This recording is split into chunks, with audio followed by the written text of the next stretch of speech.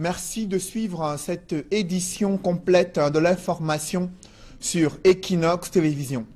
Dans l'attente de la proclamation officielle des résultats pour les sénatoriales 2018, la région de l'Ouest pourrait basculer au sein du pouvoir. Jusqu'ici, les 7 sièges de sénateurs étaient réservés au SDF.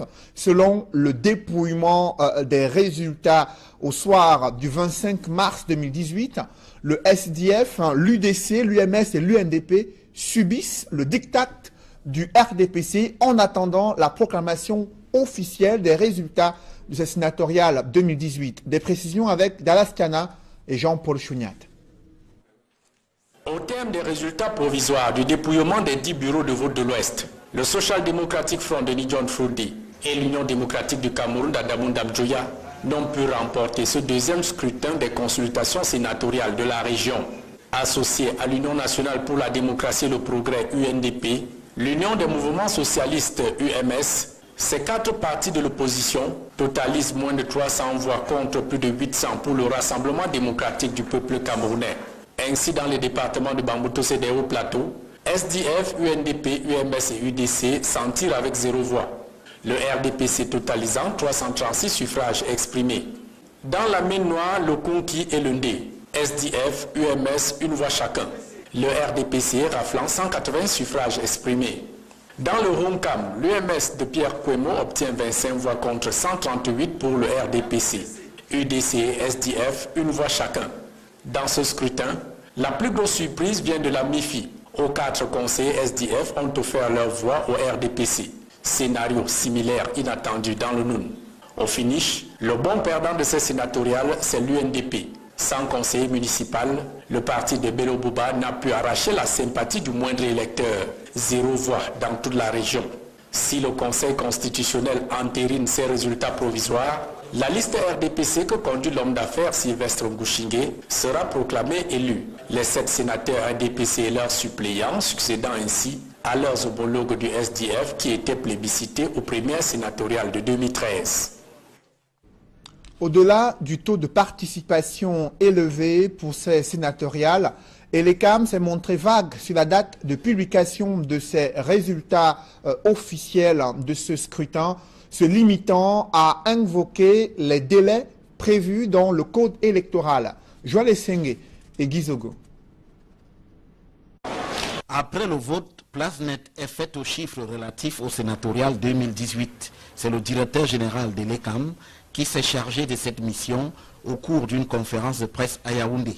Selon Abdoulaye Babale, sur 10 105 électeurs inscrits, un peu moins d'entre eux ont pris part au scrutin.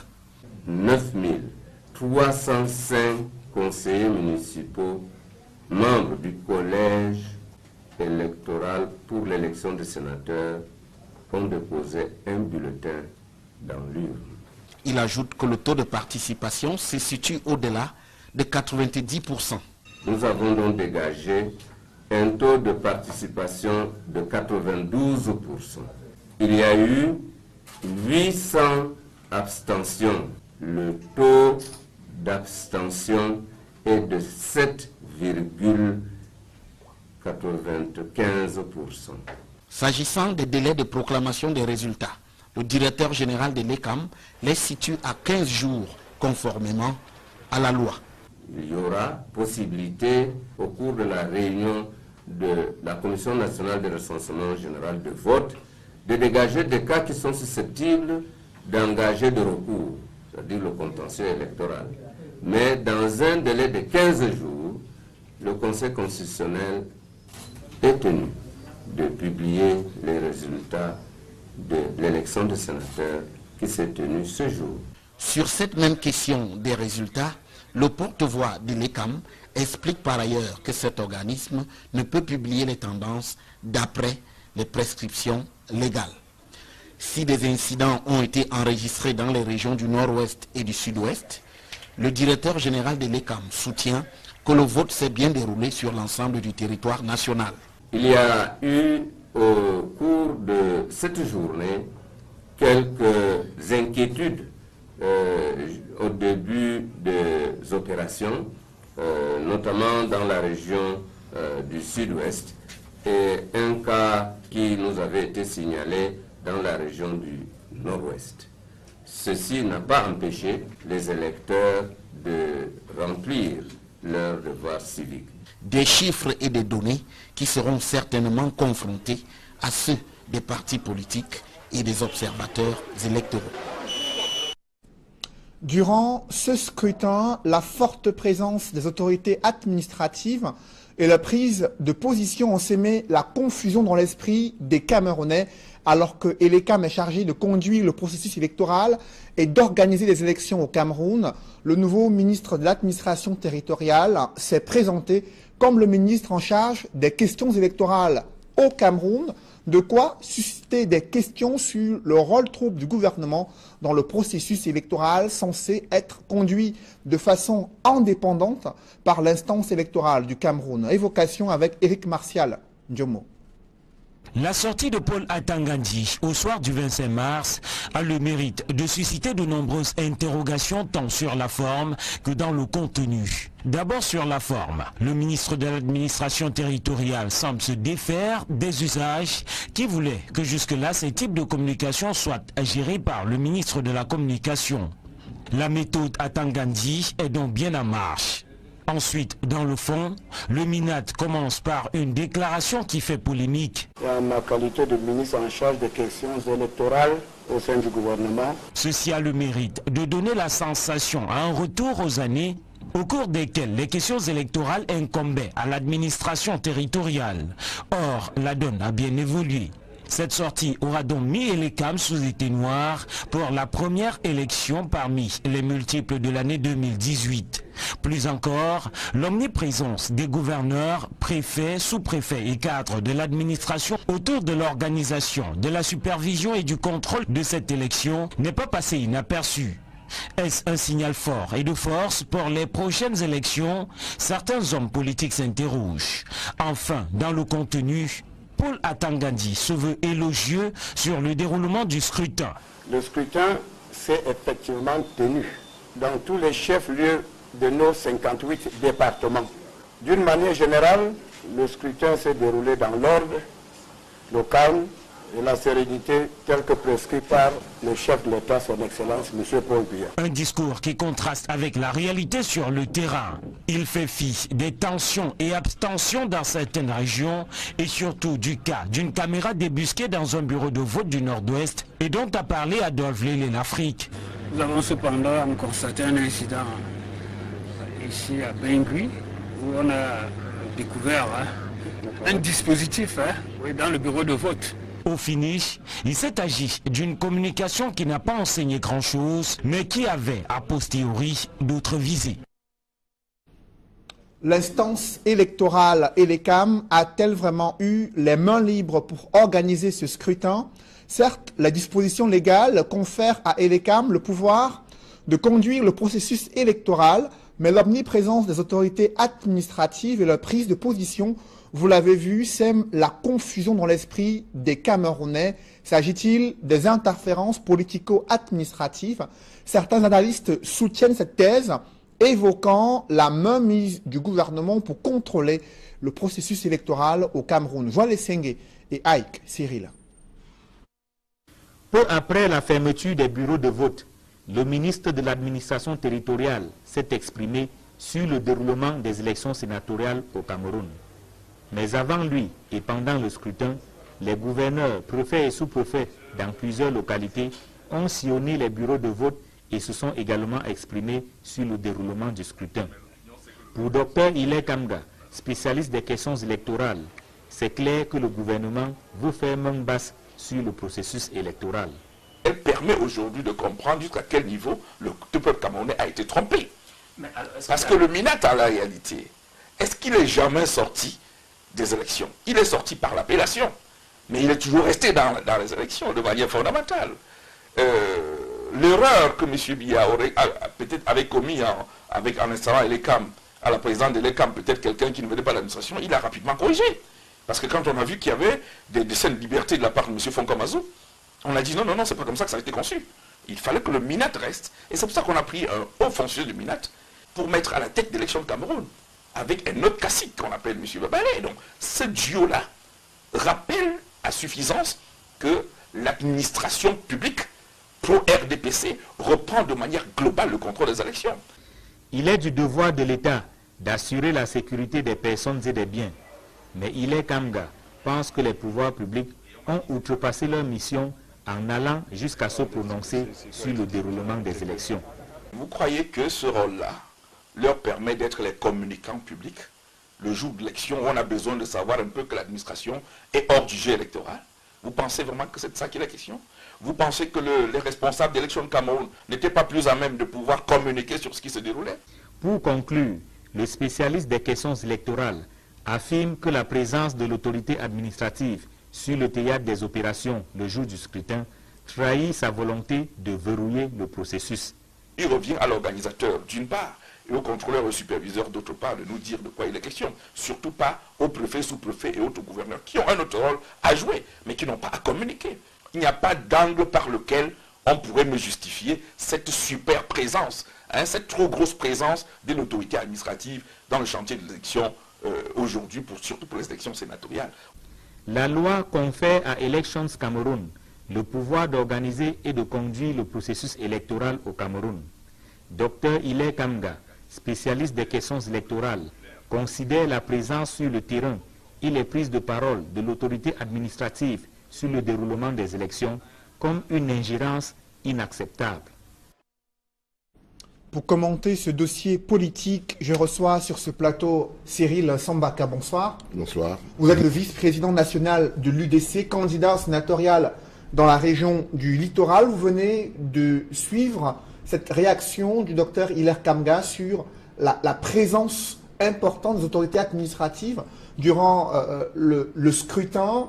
Vous qui étiez sur le terrain durant les 2 semaines des campagnes et le jour du scrutin, comment appréciez-vous le déploiement des autorités administratives pour s'assurer du bon déroulement de ces élections sénatoriales?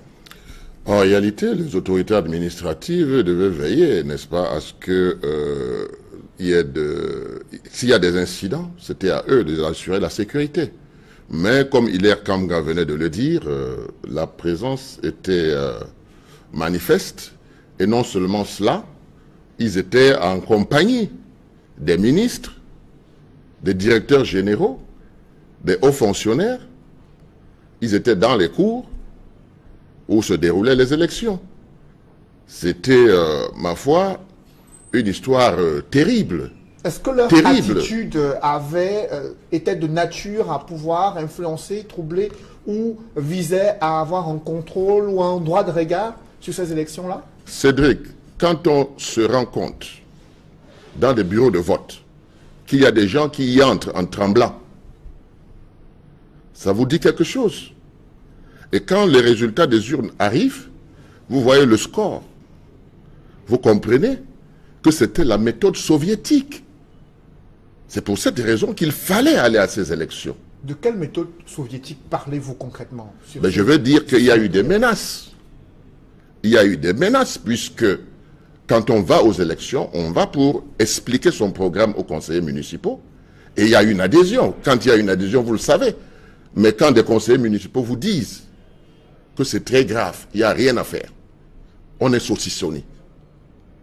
Vous comprenez tout de suite qu'il y a quelque chose qui se passe. Pensiez-vous que ces conseillers municipaux pouvaient s'écarter de la consigne de leur formation politique relative à cette élection sénatoriale? Mais tout à fait.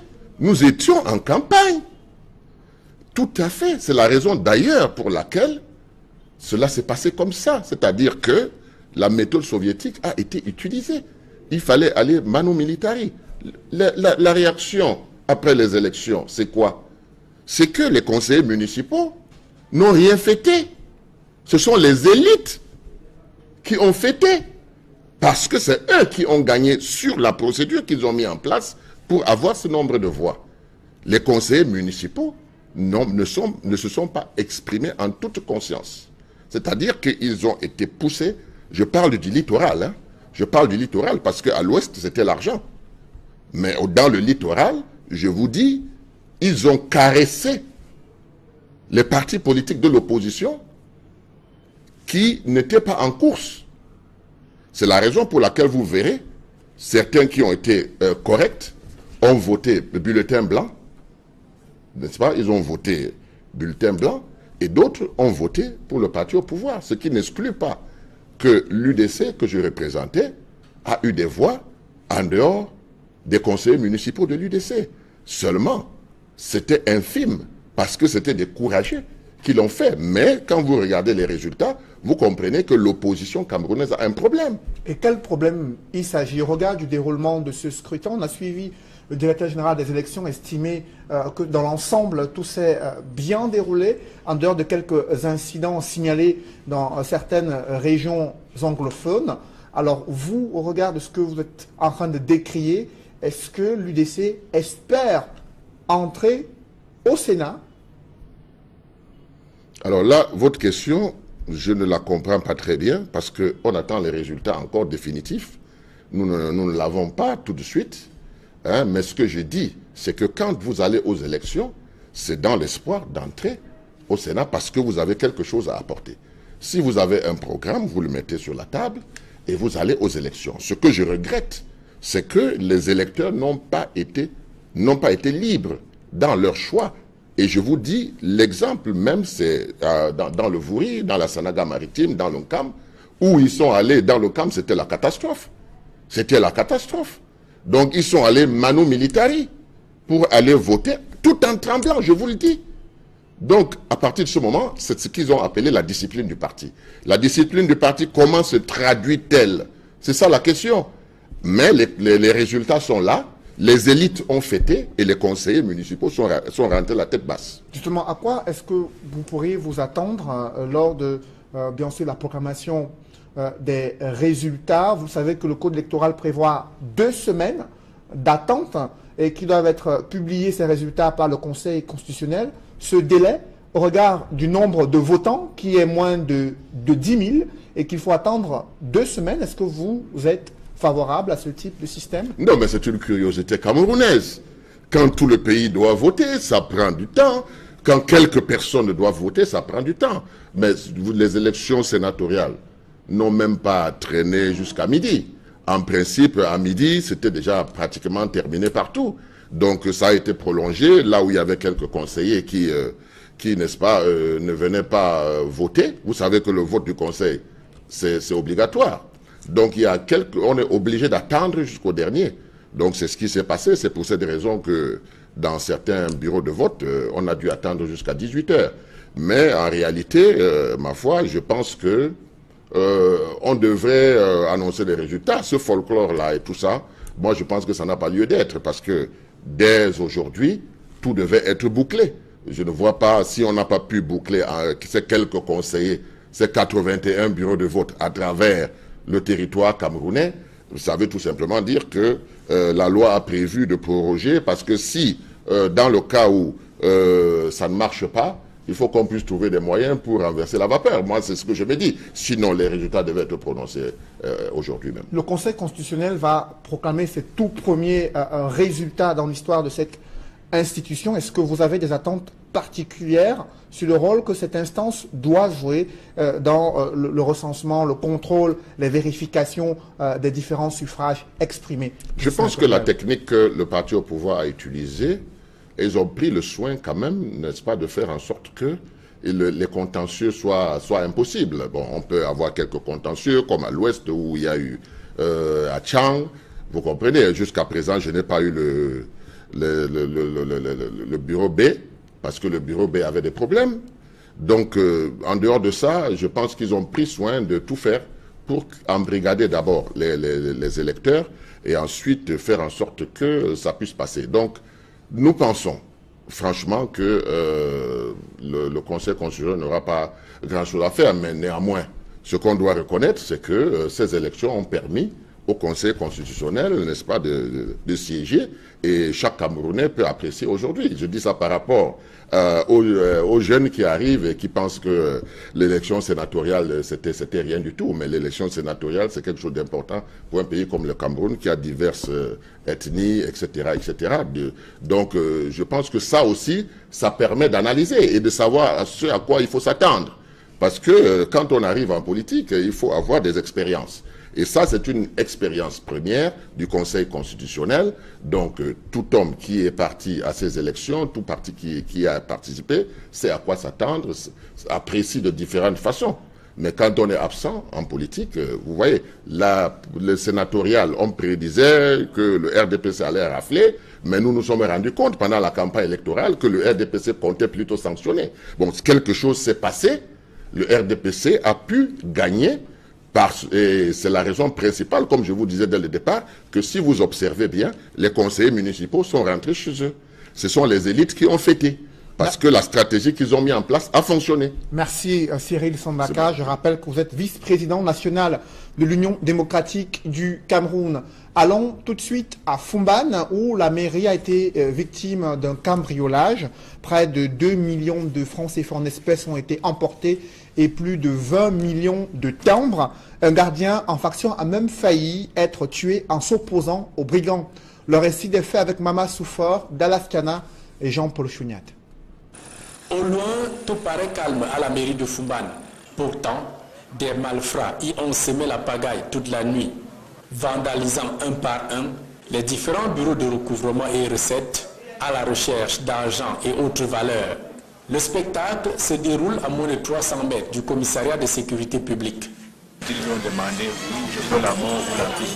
Comme je ne pouvais pas faire bras de fer et que je n'avais aucun élément qui pouvait me servir de défense, j'ai préféré me rendre librement.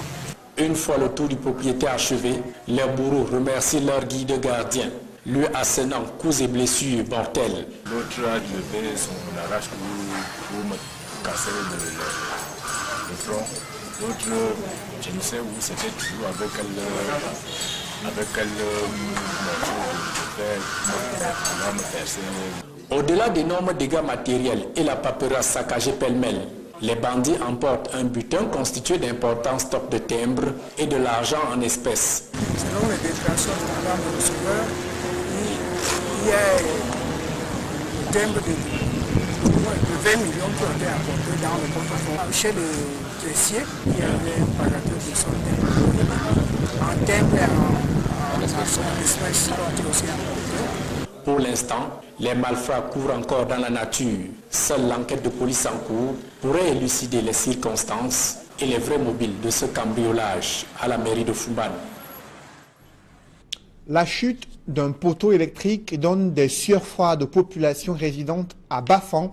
Depuis de nombreuses semaines, elles ont tenté de joindre en vain l'entreprise en charge de l'électricité pour l'interpeller sur les risques élevés de danger qui guettent ces populations. Rien n'a changé sur le terrain. Reportage Andine Gagnou et Auréole Tchoumi. Côtoyé au quotidien à Bafan, sur le principal axe de la ville, un poteau électrique donne des sueurs froides aux populations. Nous avons les enfants. Quand les enfants parlent, le cœur tape. Actuellement, si c'est blessé là, c'est mauvais. Quand tu regardes là, on a peur. On a peur. Ce n'est pas parce qu'on a, c'est devant nous, c'est devant un l'axe principal. Les faits remontent au 8 mars 2018. Les riverains arguent qu'ils ont alerté l'entreprise en charge de la distribution de l'énergie électrique au Cameroun, mais la réponse est toute curieuse. Nous sommes justement surpris quand nous partons à la semaine, nous demandent de cotiser 10 000, on ignore quoi le Cameroun.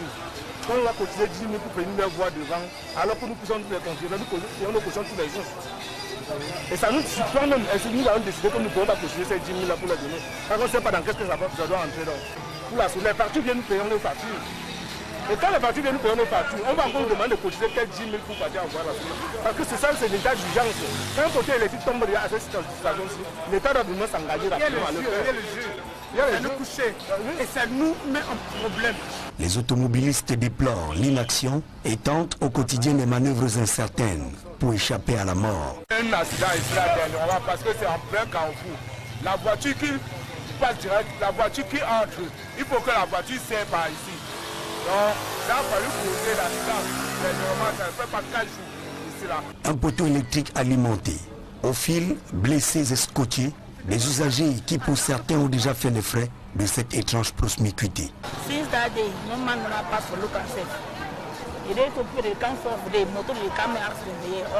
Bafan reste en état d'alerte. Avec les premières pluies qui s'abattent sur la ville, on est bien proche d'un drame national.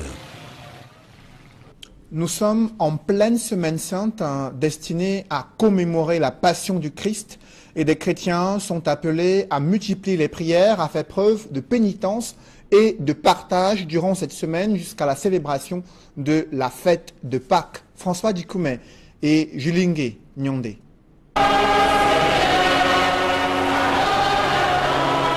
Des chants de louanges, prières et de pénitence en cette semaine sainte à la cathédrale Saint-Pierre et Paul de Douala. Présentée comme l'un des moments les plus importants dans la vie d'un chrétien, la semaine sainte va du dimanche des Rameaux à la veillée pascale. Il sera alors question de commémorer la résurrection du Christ. La célébration de la semaine sainte dans l'église est effectivement le parcours qui permet à toute la communauté chrétienne d'église universelle de célébrer la passion, la mort et la résurrection de notre Seigneur Jésus-Christ. Chaque jour de cette semaine, surtout les 3 derniers, a une coloration particulière. Des activités sont organisées à cet effet par le clergé afin d'accompagner les chrétiens dans leur vie spirituelle. Le cœur même de la semaine sainte, c'est le Triduum pascal. Le jeudi, nous avons la célébration ici à la cathédrale de la messe chrismale. Et vendredi, nous avons le grand chemin de croix. Nous invitons les chrétiens à faire des exercices spirituels du temps de carême. Les exercices spirituels portent sur le jeûne, la prière et le partage. Pour les chrétiens, c'est un moment éprouvant. Ces derniers disent partager la souffrance du Christ, mort pour leurs péchés. Et ce n'est pas du tout évident, il faut beaucoup prier, demander surtout l'aide du Seigneur, de son esprit, pour pouvoir se détacher de ces ténèbres.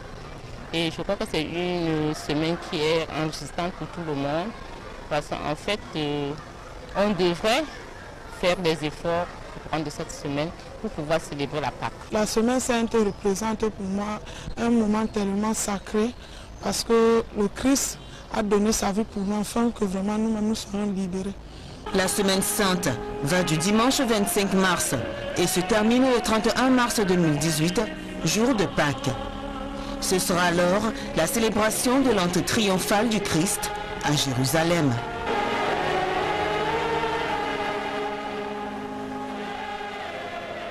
Toujours dans ce chapitre religion, un nouveau nonce apostolique annoncé au Cameroun, Monseigneur Julio Moura, qui doit représenter le Saint-Siège dans un pays où l'Église catholique s'estime persécutée en raison des décès mystérieux des évêques, mais aussi des attaques perpétrées contre les œuvres de l'Église dans les régions anglophones. Des précisions avec Flavien Valondongo dans ce reportage. Monseigneur Julio Moura, 57 ans sonné, nommé nonce apostolique au Cameroun au terme d'un acte publié samedi dernier par le pape François, est de nationalité turque. Il remplace à ce poste Monseigneur Piero Piopo, affecté en Indonésie il y a environ 1 an. Après le Malawi et la Zambie, qui sont des récents pays pour lesquels il a travaillé, le nouvel ambassadeur du Vatican au Cameroun arrive dans un contexte marqué par l'assassinat de l'ancien évêque de Bafia, Monseigneur Benoît Bala, et dont les circonstances de sa mort ne sont pas jusqu'ici élucidées. Bien plus, l'Église catholique est attaquée dans les régions anglophones, en raison des prises de position des évêques sur la crise qui secoue ces parties du pays. Titulaire d'un doctorat en droit canonique, le nonce apostolique pour le Cameroun, tel que précisé dans le courrier signé du pape François, est un diplomate qui a pour mission, entre autres, d'assurer les bonnes relations entre le Cameroun et le Vatican. Il a le droit de regard sur le fonctionnement de l'Église catholique romaine au Cameroun, étant donné que c'est par lui que passent toutes les grandes décisions venues du Vatican pour l'Église locale. Monseigneur Julio Moura, qui est accueilli au Cameroun par des fidèles et à la veille de la célébration de la Pâque, s'exprime en français, en anglais, en allemand, en grec et en turc. Le président de la République du Cameroun est de retour au pays après sa visite d'État en Chine durant la semaine dernière. Paul Biya y a obtenu des accords de coopération économique et technique avec la Chine. Le président de la République, son épouse et sa suite présidentielle ont regagné le pays dans l'après-midi. Des reportages dans ce journal. Il s'agit de l'entreprise, la fondation Kadji de Fotso et l'Union camerounaise de brasserie qui soutient des initiatives des femmes visant à leur permettre d'avoir des outils nécessaires pour mettre en œuvre des projets générateurs de revenus. Reportage.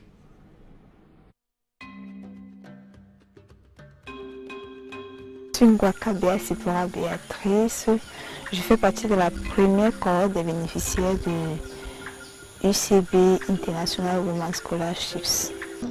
It's quite delicate to say it is not something for the women, but at this point and at this time, the women have to go into the field where they were not expected to go because the population of the world is increasing and the women are increasing too. So if we have to teach our children how to go about it, then we have to know it. Intensifier la lutte contre les discriminations à l'égard des femmes, renforcer le partenariat pour le développement durable, c'est le thème qui a marqué la 33e édition de la Journée internationale de la femme.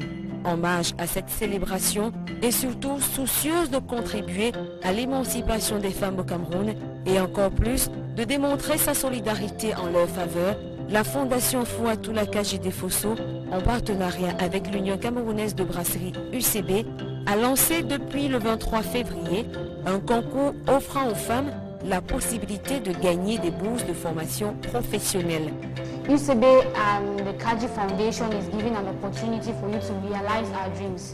One of which I've realized, so I think if you venture into this, your dreams could be realized as well as you getting to meet different people with different backgrounds. So I just urge you guys to try your luck, take action in your ideas and see what comes out of it. Thanks to UCB and Kadji Foundation. D'un montant de 30 millions de francs CFA, ces fonds seront repartis entre les candidates âgées de 20 à 45 ans qui se seront démarquées de par leur dossier ou leur projet d'auto-entrepreneuriat. Bonne opportunité pour les femmes parce que déjà il n'est pas évident d'avoir des bourses ici au Cameroun pour faire des formations et surtout quand ces bourses sont spécialement faites pour nous les femmes. Là, ça montre vraiment qu'on donne de la valeur aux femmes de faire tout ce qu'elles peuvent faire. Les femmes sont dans le domaine de l'énergie qui est un domaine porteur de demain. L'énergie renouvelable, c'est vraiment un grand plus pour nous les femmes de pouvoir faire cela et pouvoir montrer aux autres femmes que non, déjà avec UCB, avec cette opportunité que UCB, la Fondation Kadji nous donne, nous pouvons déjà être totalement pratiques sur le cas des énergies renouvelables et pourquoi pas demain être notre propre patron dans nos propres entreprises. Seuls les meilleurs seront sélectionnés, comme ce fut le cas à la première édition en 2017, édition au cours de laquelle une trentaine de jeunes Camerounaises ont bénéficié de cette magnifique opportunité offerte par la Fondation Fouatoula Kadji Fosso. Mon projet, qui est celui de la pisciculture intégrée à la porciculture, aussi c'est l'État. Là, les appâts, là, nous avons deux appâts dans lesquels nous avons les géniteurs dans l'autre et les laves. Dans les camps, nous avons déjà mis une centaine d'éléphants. Je ne vais cesser d'exprimer ma gratitude vis-à-vis de la Fondation Kadji Fosso et UCB pour ce qu'ils ont fait pour moi. Certes, j'avais déjà ce rêve et un projet bien ficelé, mais grâce à UCB, j'ai pu réaliser. Ce que je peux donner, c'est de croire à ses rêves et de continuer à chercher les moyens et les opportunités pour pouvoir les réaliser. Les candidates seront sélectionnées sous la base de projets touchant des domaines innovateurs dans lesquels elles aimeraient entreprendre ou encore être formées, comme infirmières gérontologues, les secteurs porteurs à l'instar de la mécanique, la menuiserie métallique, le transit, l'hôtellerie, les nouvelles technologies de l'information et de la communication, l'élevage, l'agriculture, les énergies renouvelables et l'électricité. Pour faire partie de cette belle aventure, il suffit juste de constituer un CV et de se rendre sur le site de l'entreprise citoyenne UCB, www.sa-ucb.com, de remplir le formulaire et postuler. Avec la Fondation Fouatoula Kadji Fosso, chaque femme doit bâtir son autonomie. L'Union camerounaise de brasserie a également offert l'artiste nigérian Davido en concert privé à Douala grâce à son produit la K44. Reportage avec des images exclusives du show donné par cet artiste nigérian Davido durant son séjour au Cameroun.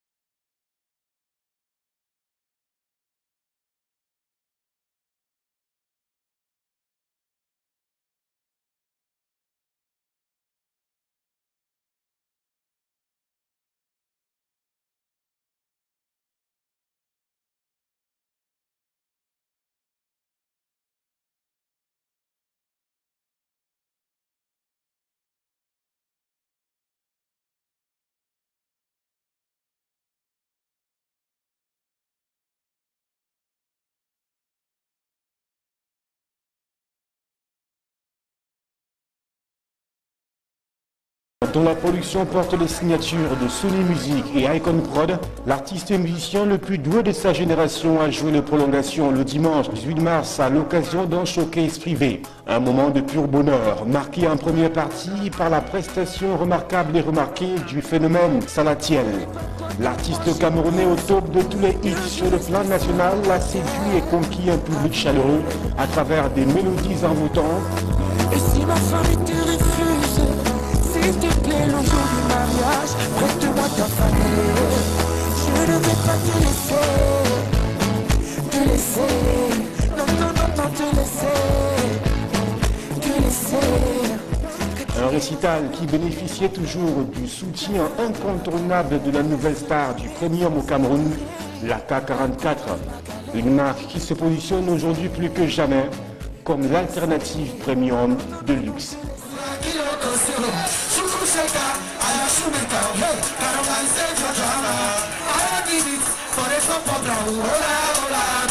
Avec une contenance de 50 centilitres, 4,5% de taux d'alcool et un packaging très attractif, la K44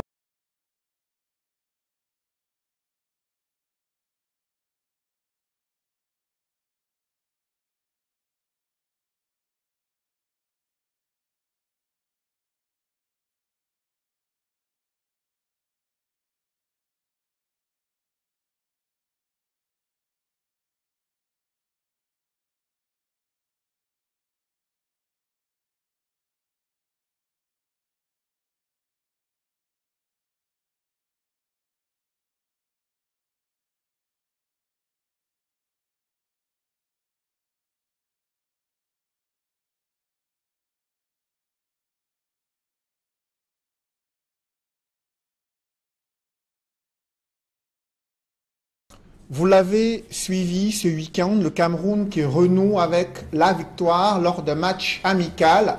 Les Lions indomptables ont battu leur adversaire, le Koweït, 3-1.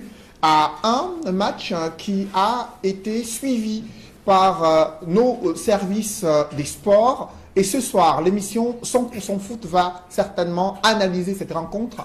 Et il est déjà installé sur son plateau, Sylvestre Hippolyte Zangaou, bonsoir. Quel est le menu de 100% Foot et vos invités ce soir?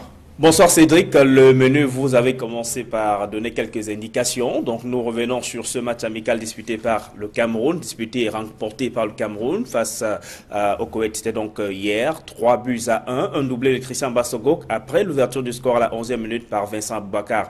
Donc avec des techniciens de football, nous allons faire l'analyse de cette rentrée des classes pour l'équipe nationale de football du Cameroun après son élimination pour la phase finale de la Coupe du Monde. Les Camerounais qui, en principe, doivent déjà être en train de préparer la phase finale de la CAN 2019 qu'organise le pays.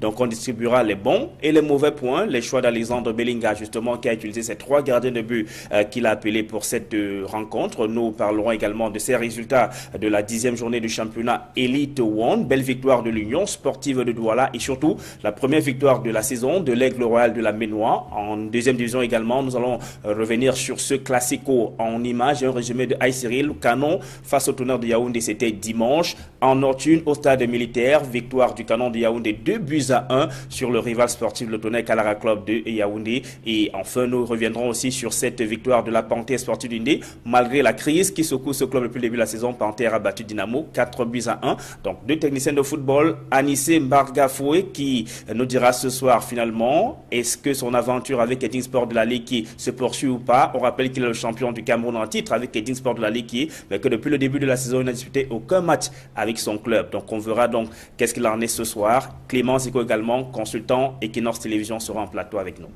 Alors le rendez-vous est pris pour 100% foot qui interviendra juste après cette édition du journal. Mesdames, messieurs, merci d'avoir suivi le 20h.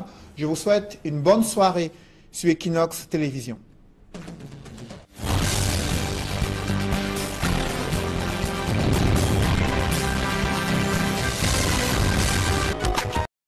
Aux préfets, sous-préfets et autres gouverneurs qui ont un autre rôle à jouer, mais qui n'ont pas à communiquer.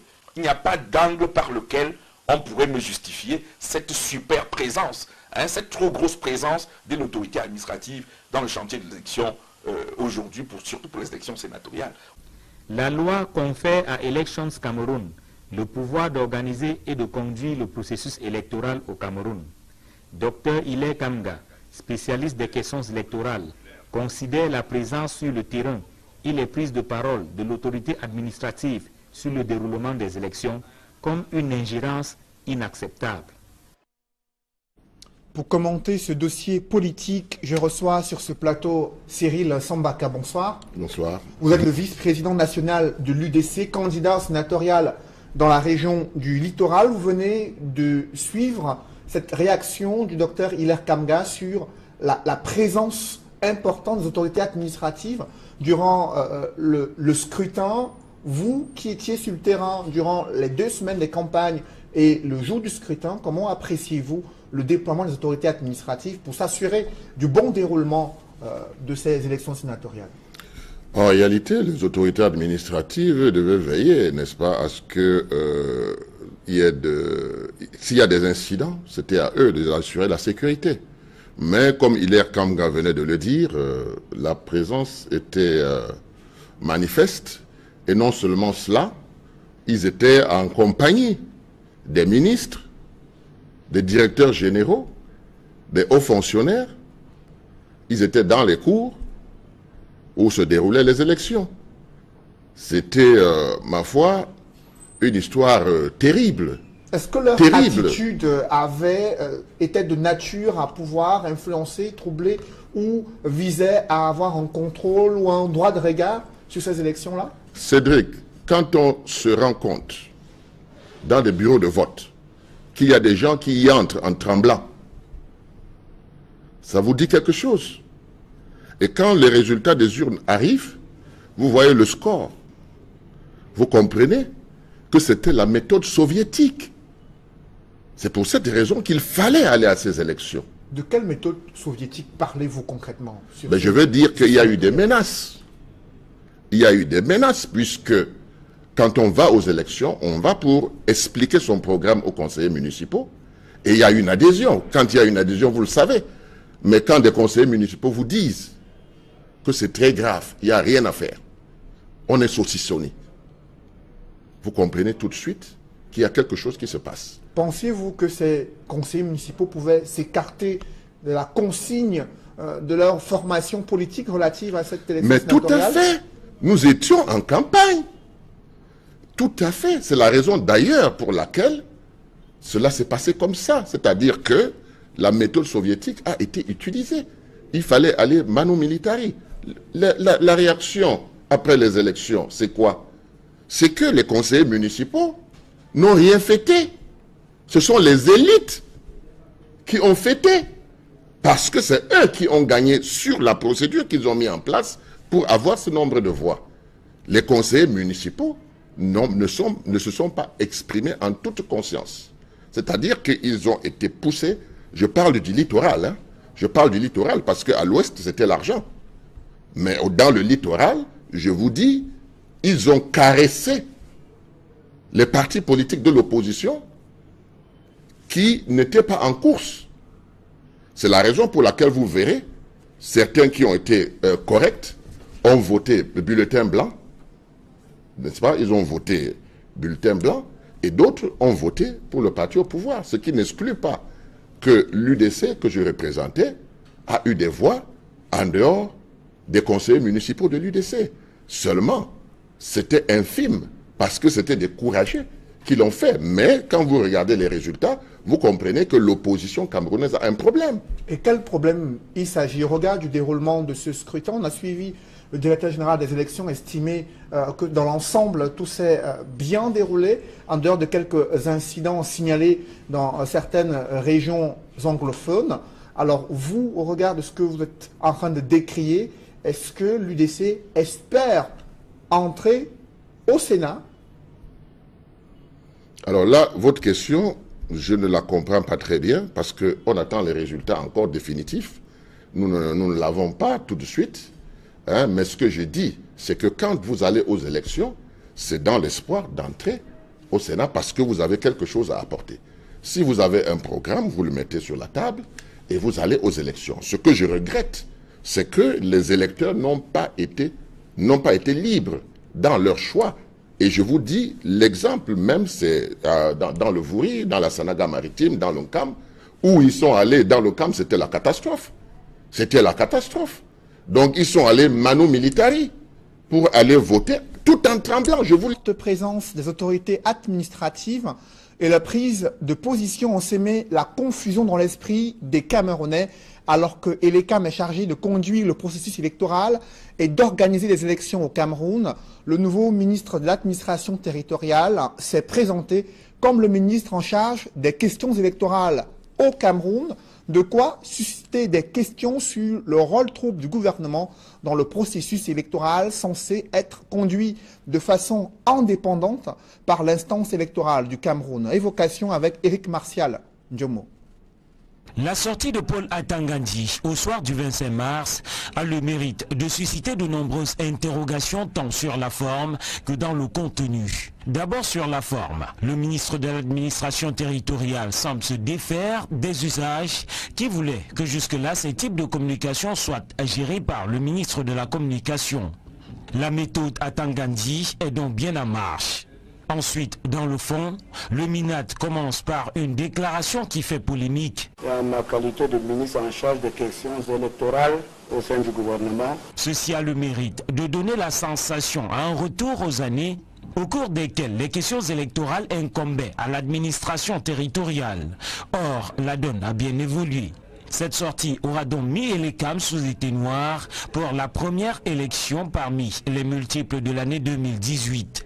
Plus encore, l'omniprésence des gouverneurs, préfets, sous-préfets et cadres de l'administration autour de l'organisation, de la supervision et du contrôle de cette élection n'est pas passé inaperçu.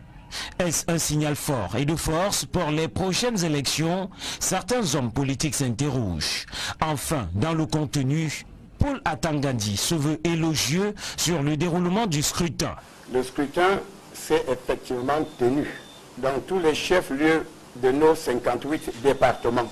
D'une manière générale, le scrutin s'est déroulé dans l'ordre, le calme et la sérénité telle que prescrit par le chef de l'État, son Excellence, M. Paul Biya. Un discours qui contraste avec la réalité sur le terrain. Il fait fi des tensions et abstentions dans certaines régions et surtout du cas d'une caméra débusquée dans un bureau de vote du Nord-Ouest et dont a parlé Adolphe Lélé l'Afrique. Nous avons cependant constaté un incident ici à Bengui où on a découvert un dispositif dans le bureau de vote. Au finish, il s'est agi d'une communication qui n'a pas enseigné grand-chose, mais qui avait, a posteriori, d'autres visées. L'instance électorale Elekam a-t-elle vraiment eu les mains libres pour organiser ce scrutin?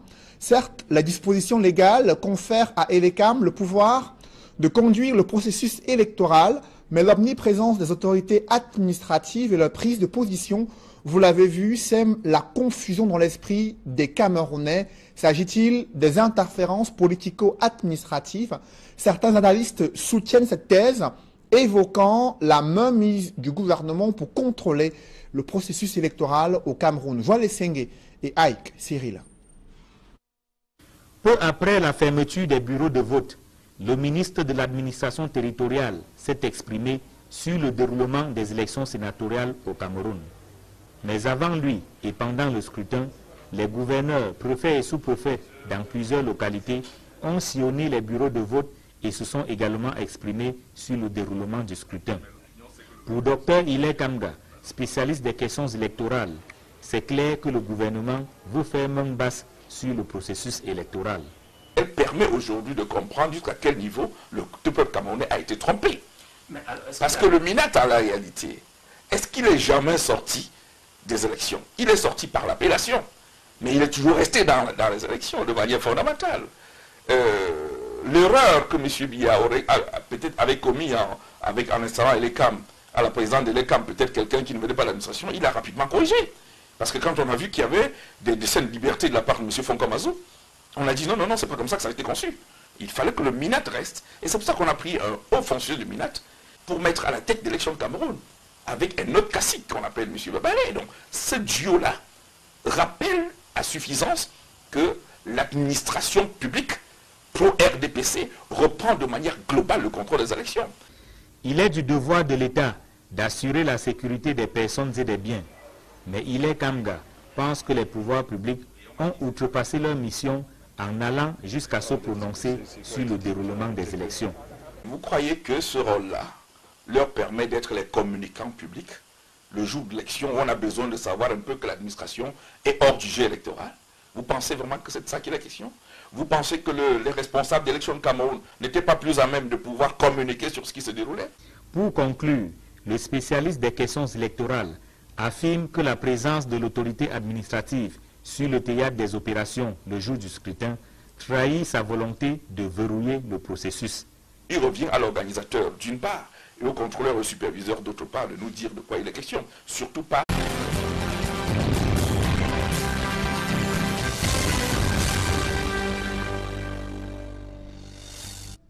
Merci de suivre cette édition complète de l'information sur Equinox Télévision.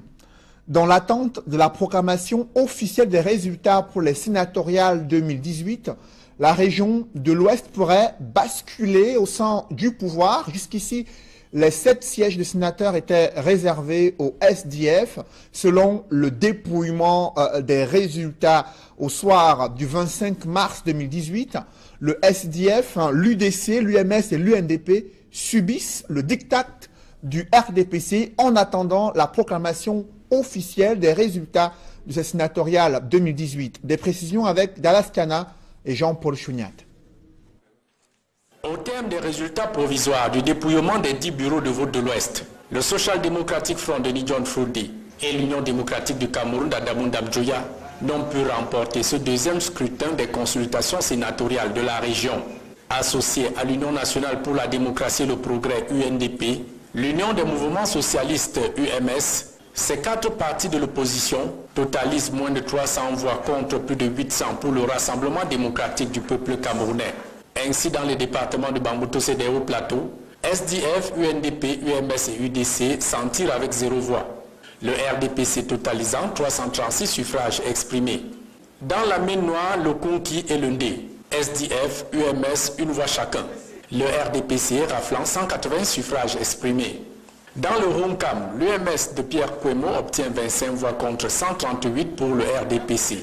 UDC et SDF, 1 voix chacun. Dans ce scrutin, la plus grosse surprise vient de la MIFI. Aux 4 conseillers SDF ont offert leur voix au RDPC. Scénario similaire inattendu dans le Noun. Au finish, le bon perdant de ces sénatoriales, c'est l'UNDP. Sans conseiller municipal, le parti de Bello Bouba n'a pu arracher la sympathie du moindre électeur. 0 voix dans toute la région. Si le Conseil constitutionnel entérine ces résultats provisoires, la liste RDPC que conduit l'homme d'affaires Sylvestre Ngouchingue sera proclamée élue. Les 7 sénateurs RDPC et leurs suppléants succédant ainsi à leurs homologues du SDF qui étaient plébiscités aux primaires sénatoriales de 2013. Au-delà du taux de participation élevé pour ces sénatoriales, Elecam s'est montré vague sur la date de publication de ces résultats officiels de ce scrutin, se limitant à invoquer les délais prévus dans le code électoral. Joël Essenge et Gizogo. Après le vote, place nette est faite aux chiffres relatifs au sénatorial 2018. C'est le directeur général de l'ECAM qui s'est chargé de cette mission au cours d'une conférence de presse à Yaoundé. Selon Abdoulaye Babale, sur 10 105 électeurs inscrits, un peu moins d'entre eux ont pris part au scrutin. 9 305 conseillers municipaux, membres du collège électoral pour l'élection des sénateurs, ont déposé un bulletin dans l'urne. Il ajoute que le taux de participation se situe au-delà de 90%. Nous avons donc dégagé un taux de participation de 92%. Il y a eu 800 abstentions. Le taux d'abstention est de 7,95%. S'agissant des délais de proclamation des résultats, le directeur général de l'ECAM les situe à 15 jours conformément à la loi. Il y aura possibilité au cours de la réunion de la Commission nationale de recensement général de vote de dégager des cas qui sont susceptibles d'engager de recours, c'est-à-dire le contentieux électoral. Mais dans un délai de 15 jours, le Conseil constitutionnel est tenu de publier les résultats de l'élection des sénateurs qui s'est tenue ce jour. Sur cette même question des résultats, le porte-voix de l'ECAM explique par ailleurs que cet organisme ne peut publier les tendances d'après les prescriptions légales. Si des incidents ont été enregistrés dans les régions du Nord-Ouest et du Sud-Ouest, le directeur général de l'ECAM soutient que le vote s'est bien déroulé sur l'ensemble du territoire national.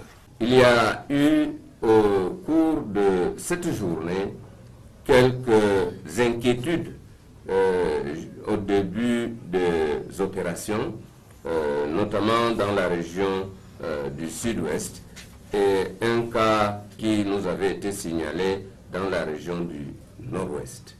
Ceci n'a pas empêché les électeurs de remplir leur devoir civique.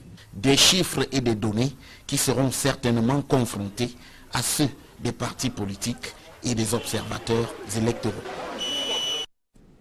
Durant ce scrutin, la forte stock de timbres et de l'argent en espèces. Selon les déclarations de Mme le receveur, il y a un timbre de 20 millions qui ont été apportés dans le portefeuille. Chez le caissier, il y avait un paragraphe de son timbre.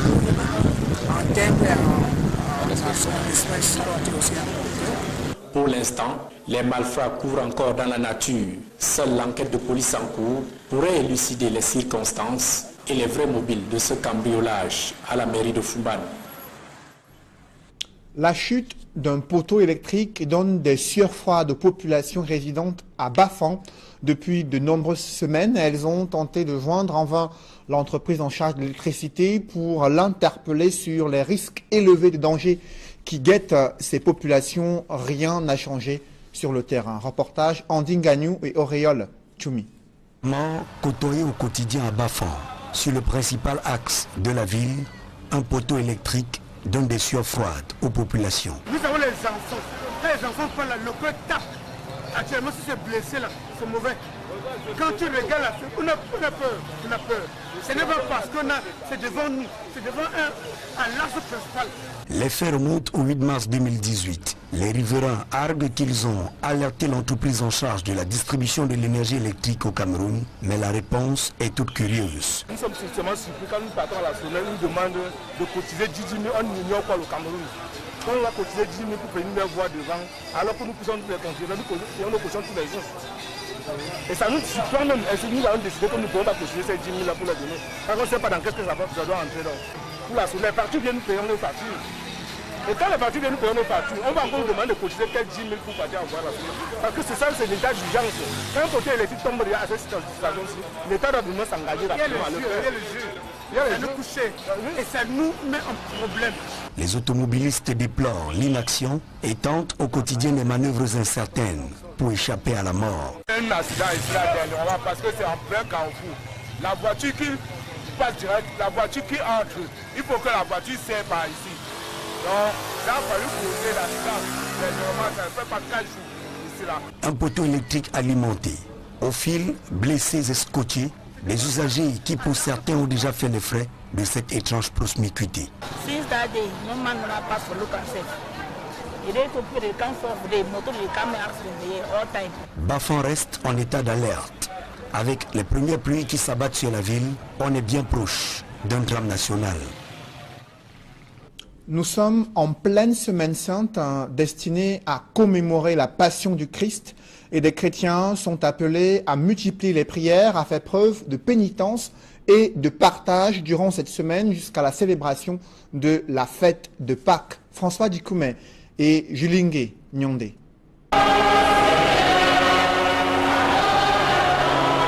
Des chants de louanges, prières et de pénitence en cette semaine sainte à la cathédrale Saint-Pierre et Paul de Douala. Présentée comme l'un des moments les plus importants dans la vie d'un chrétien, la semaine sainte va du dimanche des Rameaux à la veillée pascale. Il sera alors question de commémorer la résurrection du Christ.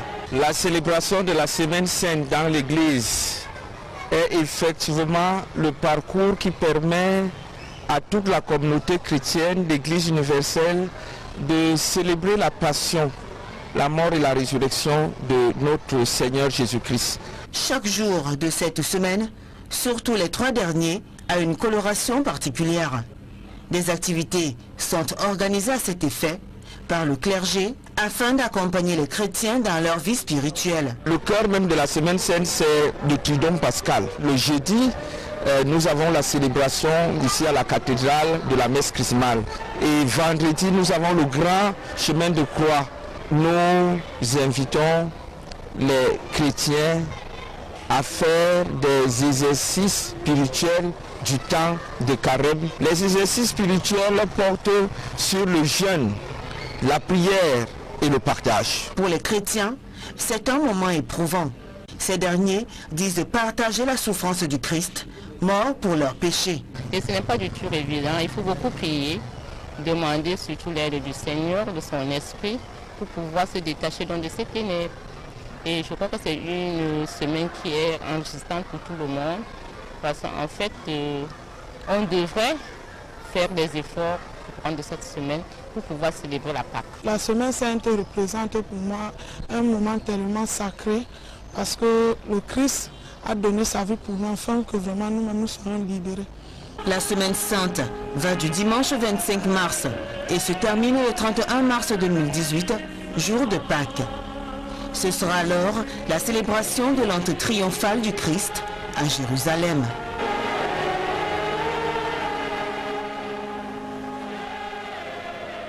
Toujours dans ce chapitre religion, un nouveau nonce apostolique annoncé au Cameroun. Donc, à partir de ce moment, c'est ce qu'ils ont appelé la discipline du parti. La discipline du parti, comment se traduit-elle? C'est ça la question.